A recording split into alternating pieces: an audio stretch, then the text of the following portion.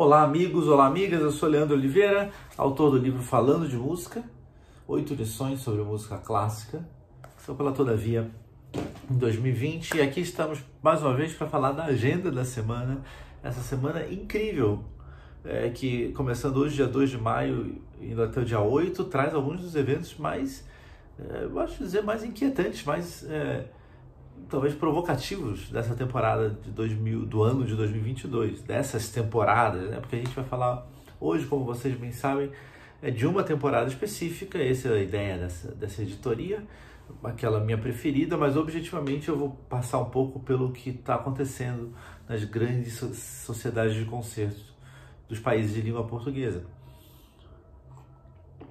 Tomar um cafezinho aqui para começar e na verdade eu preciso dizer e reiterar que vai ter música para todos os gostos. Quem mora em Lisboa, quem mora no Porto, quem mora em São Paulo, quem mora em Minas, quem mora em Manaus, quem mora no Rio, vai ter a oportunidade de ouvir coisas muito legais essa semana.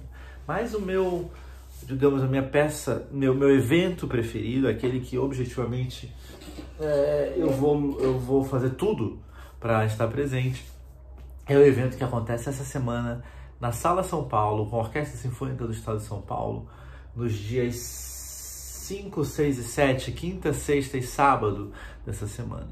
Vamos ter um concerto regido pelo diretor musical da orquestra, Thierry Fischer, com Kirill Gershwin como solista, um dos grandes pianistas da atualidade, e que tem uma relação muito próxima com um grande compositor, que aliás eu já fiz referência num dos vídeos sobre os grandes compositores vivos, Thomas Adès, que é o criador desse concerto que vai ser estreado vai ser estreado essa semana na Sala São Paulo. O Concerto para Piano, uma obra que vem causando um certo frisson na comunidade musical clássica, pois objetivamente, e acho que eu cheguei a comentar isso naqueles vídeos, o Thomas Adès entende muito de piano. Ele é de fato um dos grandes artistas, criadores para teclado da atualidade, e esse concerto é uma obra sensacional que vai realizar agora sua estreia latino-americana aqui com a Sinfônica do Estado de São Paulo, pelas mãos do Kirill Gershwin. Só que o programa não é só isso, embora esse seja objetivamente para mim uma espécie de centro de atenção do concerto. Mas é um programa muito inteligente, feito de uma maneira bastante clássica, na verdade, bastante ortodoxa, bem conservadora, mas que não deixa de ser estimulante por conta disso. A gente tem na primeira parte uma peça do Elgar chamada Sospiri, o Opus 70 do Elgar, peça relativamente pouco tocada e muito, muito bonita.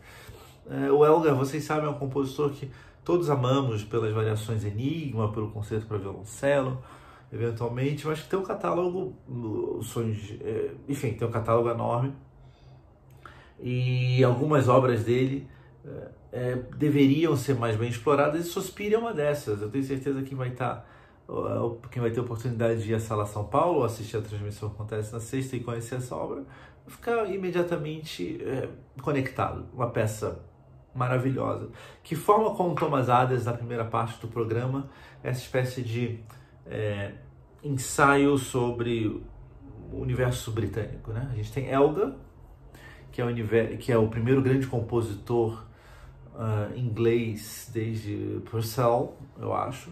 Quer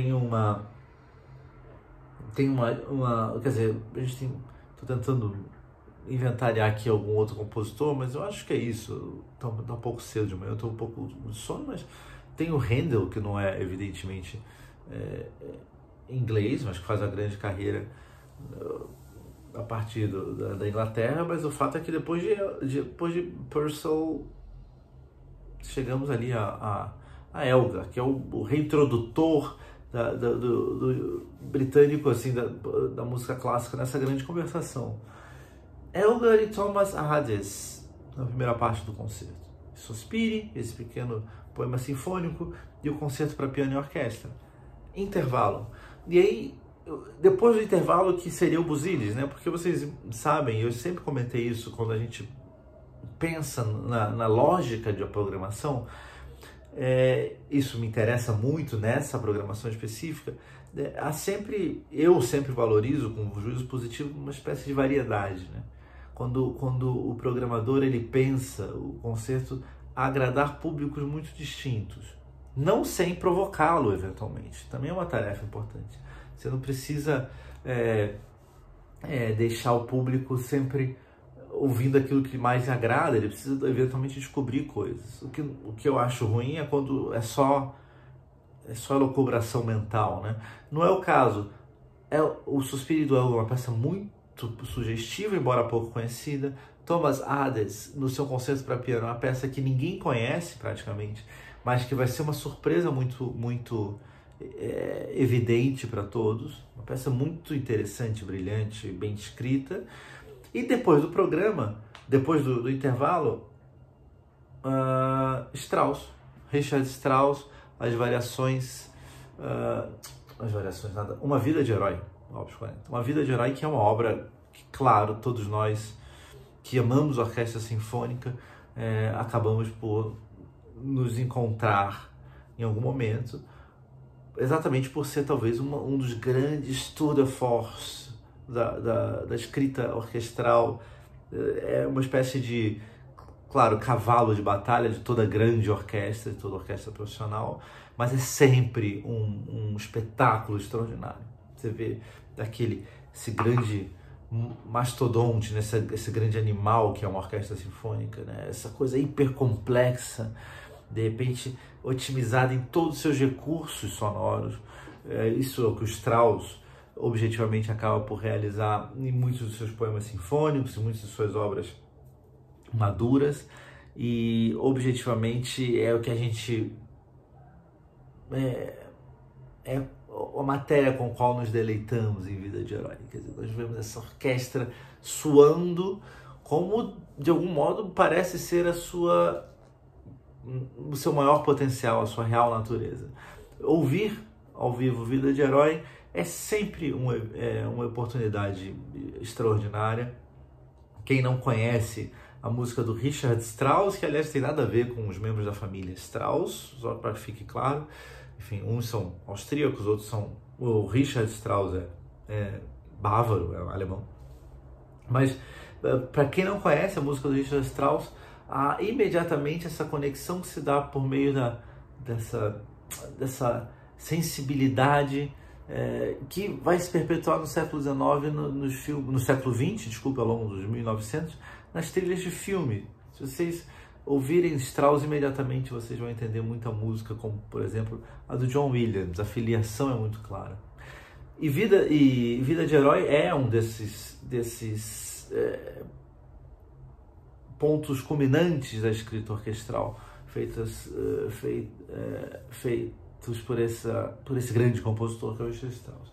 Enfim, é um programa extraordinário. Elgar, Suspiri, Thomas Hades, a estreia latino-americana do Concerto para Piano e Orquestra, com Kirill Gerstein, e uma Vida de Herói de Richard Strauss na segunda parte, tudo regido pelo Thierry Fischer. Quinta, sexta e sábado. É o grande programa da semana para nós aqui que gostamos de música clássica entre Brasil e Portugal. E gostamos e frequentamos. Os outros concertos dessa semana, nas outras sociedades de concertos, são também muito interessantes. Eu chamo a atenção para um especificamente, que acontece na Sala Cecília Meirelles, no dia 7 de maio, 5, 6, 7, no sábado, portanto, às 7 horas, que é um programa que tem, e aqui eu queria chamar a atenção de vocês, a mesma técnica de produção. Uma peça da Clarice Assad, uma compositora brasileira, seguida por um concerto para piano do André Memari, do meu amigo, mais grande compositor, mais do que tudo, André Memari. Segunda parte, a Sétima Sinfonia de Beethoven. O programa conta com a presença do André Memari como pianista e a regência do maestro Ricardo Bolonha.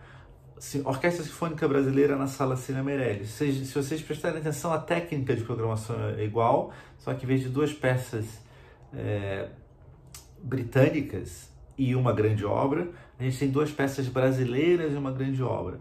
Eu fiquei entre esses dois concertos, mas, bem da verdade, eu acho a sugestão do Ozeste mais equilibrada.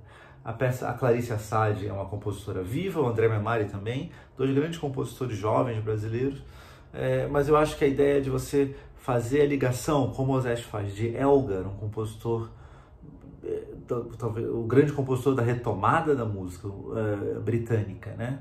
Um compositor da virada do século XIX para o XX, e depois uma obra contemporânea, eu acho algo mais estimulante para um público normal.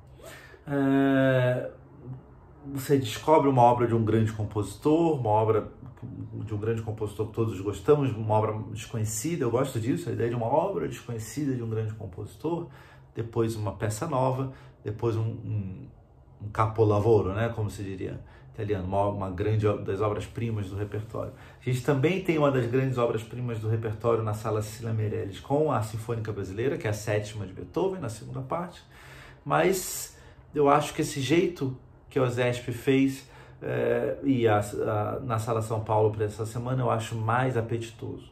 De qualquer modo, na Sala Cecília Meirelles, no Rio de Janeiro, temos um programa Impressions, da Clarice Assad, André Memari, e depois Beethoven, André Memari, com seu concerto para piano chamado Meu Brasil. A gente tem ainda, e eu não posso deixar de chamar a atenção, amanhã, no dia 3 de maio, a abertura da temporada da Sociedade Cultura Artística com esse grande tenor, o Piotr Beczala, que vai participar de um concerto com áreas preferidas. Áreas de Leoncavallo, Verdi, Francesco Paolo Tosti, compositores, enfim, um elenco enorme. É uma espécie de mishmash de grandes obras, é um misturado de grandes áreas, mas um programa, claro, não só digno de nota, mas um programa interessantíssimo. Beczala é um dos grandes tenores da atualidade. Eu ouvi há algum tempo pessoalmente e preciso dizer, quem não conhece deve conhecer, é um fenômeno. A gente tem ainda em Minas Gerais um programa com obras de Gabrieli, Grieg, Haydn e Ippolitov Ivanov. Se vocês perceberam que tem uma espécie de lógica A, B, C, D, F, G, H, I, essa lógica meio de abecedário é exatamente o que a Filarmônica, eu imagino, queira provocar nesse concerto. É um programa que acontece no sábado, dia 7. Um programa legal. Ippolitov Ivanov é um desses compositores que pouca gente ouve falar, e é um compositor a ser bem descoberto. Vai ser apresentado Fragmentos Turcos, uma peça bastante legal dele. Gabrieli, Grieg, Haydn, Ippolitov Ivanov na Filarmônica de Minas. Nós temos ainda no Teatro São Pedro, e esse eu achei um programa saborosíssimo. O Teatro São Pedro, com o Coral Jovem do Estado, faz um concerto em referência ao bicentenário da independência do Brasil. E regido pelo maestro Ricardo Cangi, vai ser apresentado um programa com obras de compositores do Império: Marcos Portugal, o Padre José Maurício, Neukomm, Sigmund Neukomm, e, curiosamente ou não, o Dom Pedro I, de quem será apresentada a abertura da independência do Brasil e uma marcha triunfal. É um concerto muito legal, muito culto, muito interessante. A missa breve do Marcos Portugal e o Glória da missa de Santa Cecília do Padre José Maurício é uma espécie de centro do catálogo do século XIX no Brasil. De qualquer modo, todas essas outras obras, a presença do Neukomm, que eu já comentei com vocês semana passada, é um compositor que me interessa muito, e mais do que tudo do Dom Pedro, tudo faz disso um concerto, não só pelo exotismo, mas pela proposta, um concerto muito interessante dessa semana. Como eu disse, o evento acontece dia 7 no Teatro São Pedro, aqui em São Paulo. A gente tem ainda no Brasil duas oportunidades, eu arrisco dizer imperdíveis: o final da ópera, o final da primeira semana da temporada do Festival Manaus de Ópera, com o El Tabarro, amanhã, às 8, para quem tem interesse em ópera. O Festival Amazonas de Ópera teve início semana passada, dia 29, sexta-feira, e amanhã, dia 3, faz a última resta do El Tabarro, do Puccini. E o Teatro Municipal de São Paulo realiza a estreia da ópera Café, do Felipe Sena, uma ópera inédita, uma nova encomenda do Teatro Municipal. Estas acontecem a semana dia 3, 4, 6, 7 e 8.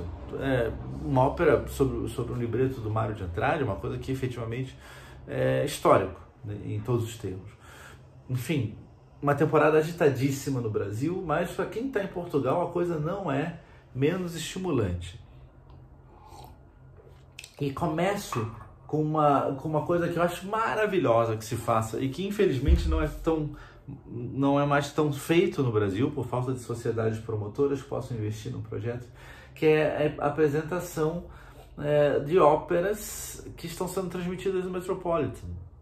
E quem está em Lisboa vai poder assistir no edifício sede, num grande auditório ali do Calouste Gulbenkian, da Fundação, a apresentação de Turandot ao vivo do Metropolitan Opera. É uma montagem do Franco Zeffirelli, uma montagem que eu já vi e que eu recomendo vivamente a todos que possam ver. Uma das coisas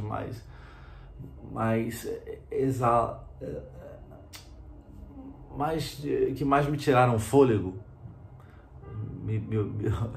Eu não vou conseguir falar essa palavra de manhã cedo, mas é uma coisa completamente arrebatadora, essa versão, e eu acho muito legal poder ver uma ópera que está sendo transmitida ao vivo, ver num auditório, quase como uma sala de cinema. Acontece às 6 horas no auditório do Calouste Gulbenkian no dia 7.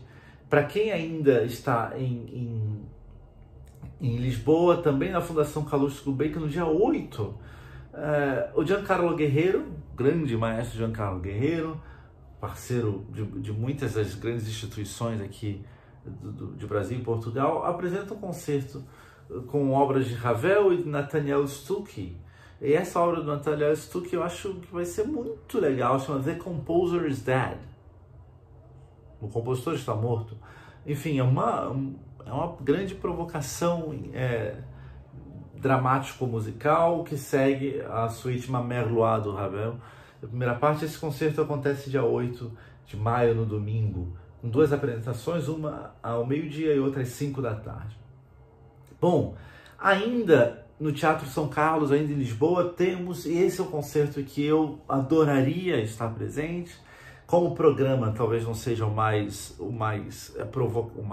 estimulante, por isso eu sigo apostando no grande concerto proposto pela OSESP, na Sala São Paulo, mas é um programa imperdível em muitos termos, que é a apresentação de 2 obras desse grande compositor português chamado Luís de Freitas Branco, um compositor que viveu entre o século XIX e o século XX, de quem será apresentado o Concerto para Violino e a Sinfonia número 2 em si bemol. Pouca gente conhece o Luís de Freitas Branco, um compositor seríssimo, um compositor pertinente, como eu disse, infelizmente quase desconhecido.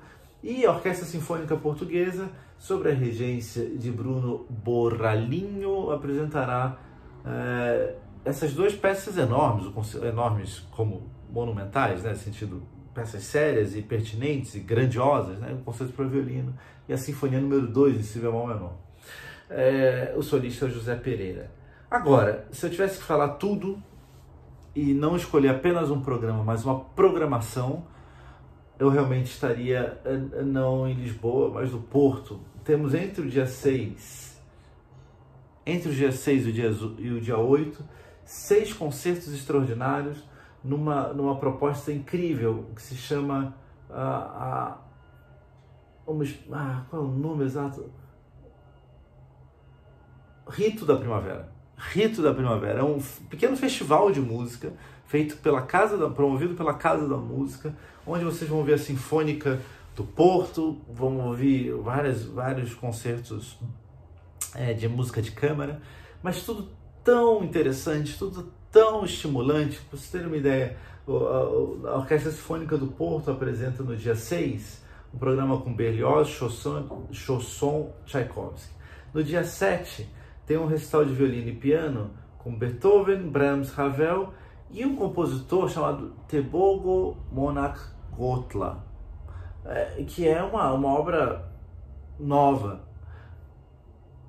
No mesmo dia 7, o Ben Goldscheider e o Giuseppe Garrera, trompa e piano, apresentam um concerto com Georg Widmann, Panufnik, Rachmaninoff, Mark Simpson e York Bowen. Um concerto de obras de música do século XX para além. Ainda no dia 7 de maio, o Simple Quartet apresenta peças, e aí vai, peças de Anton Webern, Julia Lascherstoffer e Ludwig van Beethoven. E finalmente, no dia 8, temos o Kabiarts Ensemble, um quarteto de saxofones apresentando obras, arranjos e obras inéditas. E finalmente, Lucy Horsch e Mark Folbers apresentam um concerto de cravo e flauta de bíceps. Queridos, é um final de semana de ouro para quem está no Porto. A Casa da Música vai promover esses eventos imperdíveis em muitos termos, vários horários para todos os gostos musicais, e o Porto é, nesse sentido bem específico, uma espécie de centro irradiador de boa música clássica para essa semana, que vai do dia 2 ao dia 8. Eu tenho certeza que vocês todos vão ter a oportunidade, portanto, de ouvir grande música, e eu espero que vocês tenham, por conta disso, uma grande semana. Espero que nos revejamos ao longo dessa semana com os próximos vídeos do canal.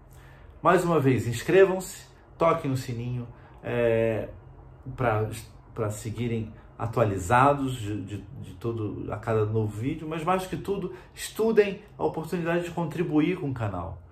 Tem um link aqui abaixo, você clica lá, vai para um site chamado Apoia-se e você pode colaborar com qualquer quantia que desejar.